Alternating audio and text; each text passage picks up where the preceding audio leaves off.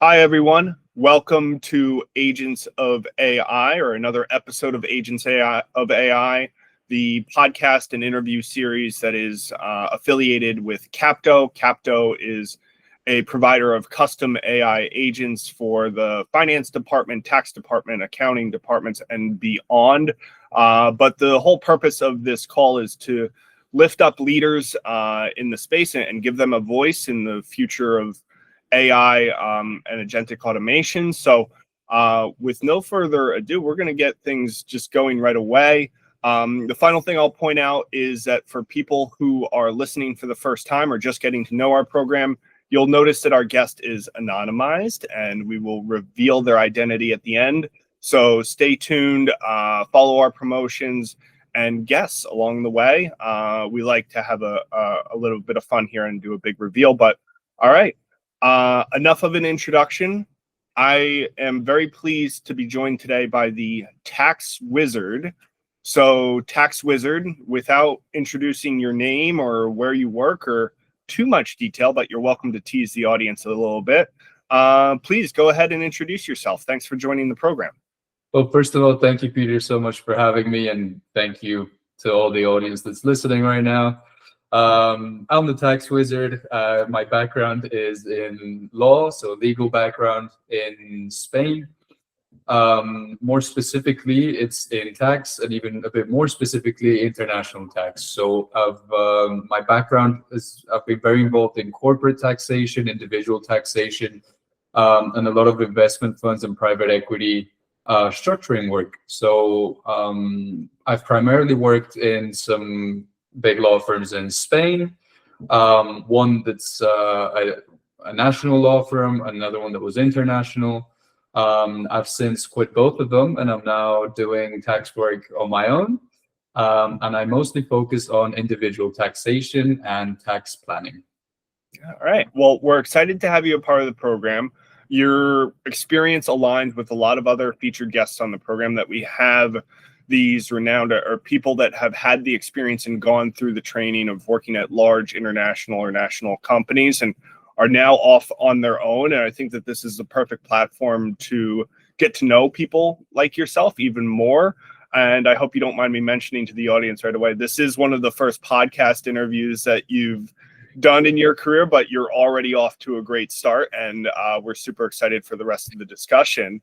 Why don't you kind of set the stage a little bit more and talk just about like what made you go off on your side, or what has pushed you to continue to pursue this career in tax, and so much so that you feel comfortable going off on yourself and making it your life's work. Yeah. So I'm going to go ahead and actually start off with something. This is a personal belief of mine, which is that, you hear people telling everyone to just follow their passion, which I think is fine. But to be honest with you, my personal belief has always been that passion just sort of comes through being really good at what you do. And the more that you do it, the more passionate you're going to be about it. So I think in my particular case, it was just a set of circumstances that led me to begin and enter into the tax world, which was actually, it was an old professor of mine. This is like a long time ago when at the beginning of law school, he sort of introduced me to tax. Then I did some research work with him, et cetera, et cetera. And then just sort of one thing led to another. And I found out I was pretty okay at it. I got decent feedback from everyone. I was lucky enough to be selected for some pretty good places to work. And I think it's the boring answer, but I think it's a very real answer. I think passion and sort of continuing to do what you do, I think really a big part of it is just finding some sort of mastery in it or some sort of proficiency in it, and that sort of pushes you forward. So I think I'm sorry to give you a bit of a boring answer, but I think that's definitely my case for me. It's not boring at all. I think we like honest and we like pragmatic answers as part of this program. I don't think you're fully off base either in terms of I'm quoting something that I'm sure I'm going to butcher, but there's this like Japanese principle of ikigai, which is like, what you're good at, what you're passionate about, and what you can get paid for. I mean, let's be honest, trying to find something or finding whatever, you sit in the center of, it sounds like that's what you've, found with your career. Yeah. Definitely. Yeah, I mean, I consider myself pretty lucky because, I feel like I came across this pretty early on. As soon as I got out of law school, I got into Mm, tech. So, I mean, we'll see where sort of life takes me, but I can definitely tell you, I love what I do. From the moment I wake up to the moment I go to bed, this is what I do. This is what I love doing. This is what I think about in my free time. This is what I learn more about. So, you know, happy days. awesome. All right. Well, keep on keeping on. I think maybe this is a good segue to the normal follow-up question that we have here, which is, obviously you're passionate, you're waking up every day enthused, but maybe from the perspective of something that is a challenge or you feel like is underappreciated in your role, or like something where it's other people don't get it. Maybe would be one way to posture it. Like, what do you feel like in your position is something that the rest of the world should be more understanding of or more appreciative of? Yeah. I think, and this isn't so much for me like a personal pet peeve or anything, but it's more of like a word of caution for a lot of people out there, because I think tax still has, so international tax and tax optimization, tax structuring, whatever you want to call it, still has this sort of, there's a lot of people that it just sort of gained this reputation like 15 or 20 years ago when it was all about tax havens and the Cayman Islands and Bermuda and all this sort of stuff. And there's still a lot of advisors out there that sort of push this narrative, and they try to sell you on a structure that involves these places, and they just sort of, tell you because this is what it used to be like, but Yeah. it's not really like that anymore. You can definitely be very creative with it. There's a lot of technical work. There's a lot of technical depth to it, which I personally think it doesn't really go as appreciated, because there's a lot of people out there pushing services that are very superficial, and they Okay. sort of promise you like a 0% tax rate through Bermuda or like the Bahamas or whatever. But then if you actually take a deeper look, there's a lot of technicalities and nuance that leads you to conclude that it just isn't possible. Like Hmm. that, everything's evolved. It's just you do things a different way now. Everything's a little bit more transparent. So there's still a lot of play, but it's just not the same as it used to be. And I think that's something that gets very mistaken a lot. And especially the nuance and technicality of it, that sort of flips the whole thing on its head. It doesn't really get appreciated enough. So just a word of caution. Anyone out there, don't fall for any of this, please. Yeah, I think that's a great, not only for people that are on the end of like needing to have set up their tax and things like that, but people that are interested in pursuing a career in what you do, which is a lot of what we try to highlight in this program as well. So thanks for that. If we can pivot now more towards like the namesake of the program itself, which is focused a lot on AI and how it's impacting our guests' day-to-day lives and the day-to-day impact of their client base as well. Let's start from the beginning, though. We always ask, like, what was your introduction to it? What is the way that you got involved with using it in the workplace? And it would be really, really nice if it's something that you're still doing today when you wake up. But we love hearing those initial and first use cases that are still standing true. Yeah. Okay, so I think this is going to be a very common theme, I'm assuming, amongst your guests, but my very first experience was with ChatGPT. Mm-hmm. This was I actually remember my very first time. It was at the airport. It was at an airport in Vancouver. I was coming back from Canada to Spain. I was flying to Spain. I think this was like December 2022. So I think they just sort of released it maybe like a couple of months prior. And I was just sitting there with a friend. I didn't know anything about this. And we were just sitting down, and he showed me this thing called ChatGPT. He said, "Hey, look at, like, this is super cool. Like, look at this. You can ask it anything." And obviously, I think ChatGPT, I'm not too familiar with the state of AI prior to ChatGPT, but I feel like in the eyes of many, myself included, that was like a very sudden jump, like a very sudden sort of like bam, like this is what AI can be right now. And that sort of blew my mind. To be honest, we were just messing around with it. It wasn't that good compared to what it is now. But it was just really cool how you could just ask it anything, and it felt like it was thinking and giving you an answer, which, if deep down, I know that's not exactly how it works, but it gives you that feeling. It was pretty mind-blowing. But no work case uses or anything like that. It was just messing around with it. And then I started using it a lot, I think, about a year ago.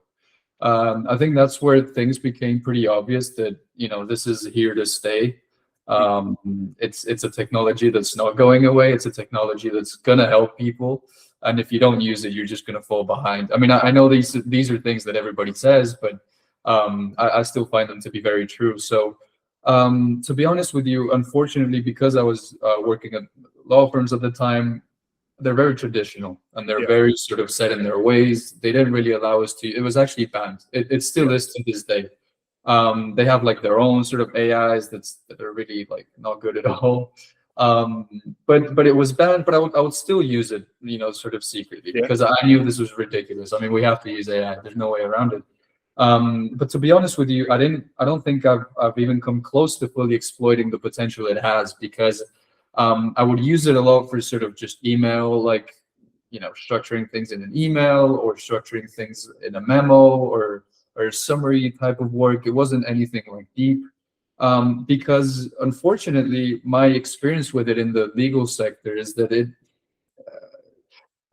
I can't really find too much use of it analysis wise, because it gets really mixed up. And I find, at least the way it is right now to this day, because I find if you don't have an analysis that's already pretty robust of a problem and you've solved it and you just want to double check, it can just lead you down a rabbit hole, which is really hard to get out of, because it's not really convincing. And the logic it uses, it just sounds really convincing. But if there's like one little detail that you're not aware of, it just kind of flips the whole thing on its head. But I still try to use it every single day. But I mostly use it just to double check what I've already sort of worked on. I think that's the sort of state I'm at right now with AI. But I'm really looking forward to seeing where it goes. Well, listen, I'll say two things. One, a sanity check is always helpful. Like I especially as somebody who's kind of going off on your own now and building a business, and it's nice to have an additional partner, even if it's a digital one. And then two, I was smiling when you shared the story about, not being able to access these tools or being in environments that were super conservative, because I know you're a big LinkedIn person. We'll reveal your identity later, but I was reading an article literally just yesterday about the attrition of talent away from large corporations. They were at this particular post was attacking the major consulting firms because of the constraints that were being placed on the use of AI. It was almost like this double-edged sword of like, we need to embrace and adopt this, but also do it within these really, really tight guardrails where there's limited value. And frankly, what the article was bringing forth is that younger career people, or people that are especially put, in a position of really wanting to use it, were frustrated by the fact that they couldn't use it as aggressively. So it sounds like you had a very similar circumstance. Yeah. Of course. I mean, let's not pretend it's ridiculous. And I can tell you from within, inside the actual law firms that I was at, everybody was using it except for the really old school sort of law firm partners that just kind of didn't care about it. But everybody was using it. So it just felt really, really ridiculous. But I think it's really nice because it gives you, in like 5 or 10 years time, I think the best sort of like employee or worker or whatever is going to be the one that handles AI the best. So I don't think there's any point in beating around the bush or anything on that. So. Okay. Well, with that 5 or 10 year view in mind, or maybe even a little bit nearer term, it sounds like you are starting to get like more aggressive about having it be a partner in you building your business and being just a partner in life. But, what are some of those ambitious use cases that maybe like you haven't gotten to yet, but you would like to see, those kinks sorted out so that AI could be a more meaningful part of what you do on a day-to-day basis? Yeah. This is actually something that I'm really glad we get to sort of discuss this question a little bit, because this is actually something that I was deeply thinking about just a few weeks ago. How I feel like at some point in the near-ish future, midterm, I don't know exactly when it will happen, but I feel like at some point there must be some sort of I'm not really technical with these things, but there must be some sort of AI that can be developed for tax, they can just sort of take a client from the beginning part of the journey almost all the way to the end. I think I don't really know how to put this into words, but for example, if there's a client that needs some international tax planning, like let's say he has some assets in one country, then he's got some income in a different one, then he wants to set up a trust wherever, all these things, I feel like at some point there's going to be an AI to which you can just input all this info. Yeah. And then it'll give you a preliminary analysis, a preliminary structure, and that's going to change the whole thing, because now you're not doing like research on case law or like law articles or whatever. You're doing like middle management. You're managing the AI, and then you're sort of like checking what he's doing. Yeah. And it just changes the whole thing. This is something I've been thinking about a lot. I think this is something that I'd like to work on at some point if the opportunity ever comes along, and sort of take part in developing something like this. I think that's one of the more ambitious sort of use cases or perspectives that I have on this for my sphere, for my sort of industry. No, yeah, very cool. And I'll say this from our perspective. I think like the holy grail, or what we hear repeatedly from guests, is like this. I'll call it the holy grail of like end-to-end process. It like they're really everybody's as much as you might read headlines of people having pause about AI replacing employees, they are still at the same time excited about an AI handling a process end to end. And I think what the takeaway from that is that it's not doing that at this stage if people are consistently asking for it. So interesting times to come. Okay, now as we start to get to the big reveal of you, we have just one or two more questions left. And those would be more along the lines of, again, like guiding people that want to be in the same field as you, or want to be at the same level as you. What advice would you have for them to kind of upskill themselves, or kind of just become as informed as you are about how AI is impacting your role, and just in general, where would you send them? Yeah. Well, first of all, I don't, I still have a lot to learn. I don't consider myself any sort of expert on but if I had to sort of just give my opinion and my advice, I would tell people, well, I can mostly speak about my sort of sphere and my industry, but I would tell people to just try to shy away from big law firms. This is a bit of a hot take, to be honest, because the sort of the overlying sort of idea is always start at a big law firm, do some time, you learn, and then you can do whatever you want. But it just gets so hard to leave once you're in, and they're not going to be at the forefront of AI or technology. They're not going to do any of that. So if this is an interest of yours, I don't think that's the place. They're just gonna cut you off. They're not gonna let you like experiment with AI. They're not gonna let you like experiment with a new sort of like software platform that can do something for the company. They're not gonna let you do any of that. So I would say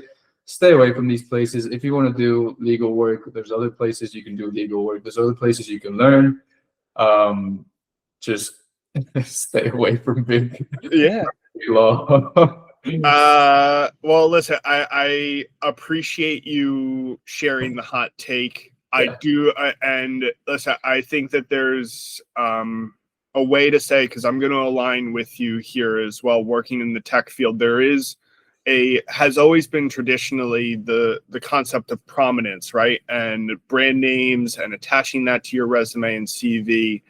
And I think it does get overlooked that you don't necessarily need to have a brand name in order to develop yourself and build your career. Exactly. So I wouldn't say, from my perspective in the tech space, it's not necessarily something that like is like a set rule. Like if you go and work at Google, that you're going to have a bad experience, but I don't think it's a guaranteed success either. And I think from an outsider's perspective, a lot of it probably aligns with what you're saying about big law firms too. Yeah. I agree 100%. Cool. All right. Well, listen, I love that. That was such a good wrap, and we love hot takes. And I think we're here to shine a light on what people are going to talk about in 2026 and beyond, and not 2016 or even prior. So, good stuff. All right. with that said, I think there's no better time to do the big reveal and the big ending. What you're going to do, Tax Wizard, is just kind of go back to your settings and click off your filter. Okay, just give me 1 second. Do I just click on it again? There you go. All right. So now that we have your full face and hairstyle and everything like that, why don't you go ahead and introduce yourself? We've made it a tradition that I'm not the one to do that. You go ahead and share your name and company and so on. Yeah. Okay. So hello, everyone. My name is Teodor Nenkov. I'm originally from Bulgaria, but I've been based in Spain for pretty much my whole life. I've had some experience in Canada as well. As I said before, my background is in legal work, more specifically tax work. I started off at a big name Spanish law firm here. Then I moved on to a different international firm. For anybody interested, the one that I just left right now is Squire Patton Boggs. They have offices in the US, they have offices in the UK, in Spain, like all over the place. And I've just recently branched off on my own. I'm doing independent work, tax advisory, and well, that's pretty much it, I think. And then I've been, doing like some social media sort of content and work and stuff like that. But I'm learning, so a lot of experimenting. Let's see where this year takes me. Awesome. Well, we're all learning, and we always are. And Teodor, I really appreciate the conversation today. I think like your hot takes, they're hot, but they're also reality too. And I think that that's something that we should all just embrace, is that, we're having this conversation at the start of a new year. Maybe this could be like a new, inspiration new year for everybody. The final thing that I'll share is, one, Teodor, thanks for joining the program. You did an incredible job for one of your first time doing one of these things. And the second thing I'll flag to everybody is Teodor has been really, really great with publishing some great content on LinkedIn, and just, stepping into that role of, like he was saying, social media work. So please go off, find him. We'll be sure to tag him, but follow him and make sure that you're a part of what he's doing, because it's really some impressive stuff that he's putting out in the world. So that's it for me. Any final thoughts for you, Teodor? Ways to get in touch or additional thoughts? But yeah. Well, I think that's pretty much it for me as well. I just want to, say once again, thank you very much for having me. I hope, to anybody listening, that it was an enjoyable experience, and that you've, that you found some sort of value in my perspective and what I've been able to give. And that's pretty much it. If, as far as reaching out, LinkedIn is fine. I keep a close eye on that all the time. So cool. All right. Sounds good.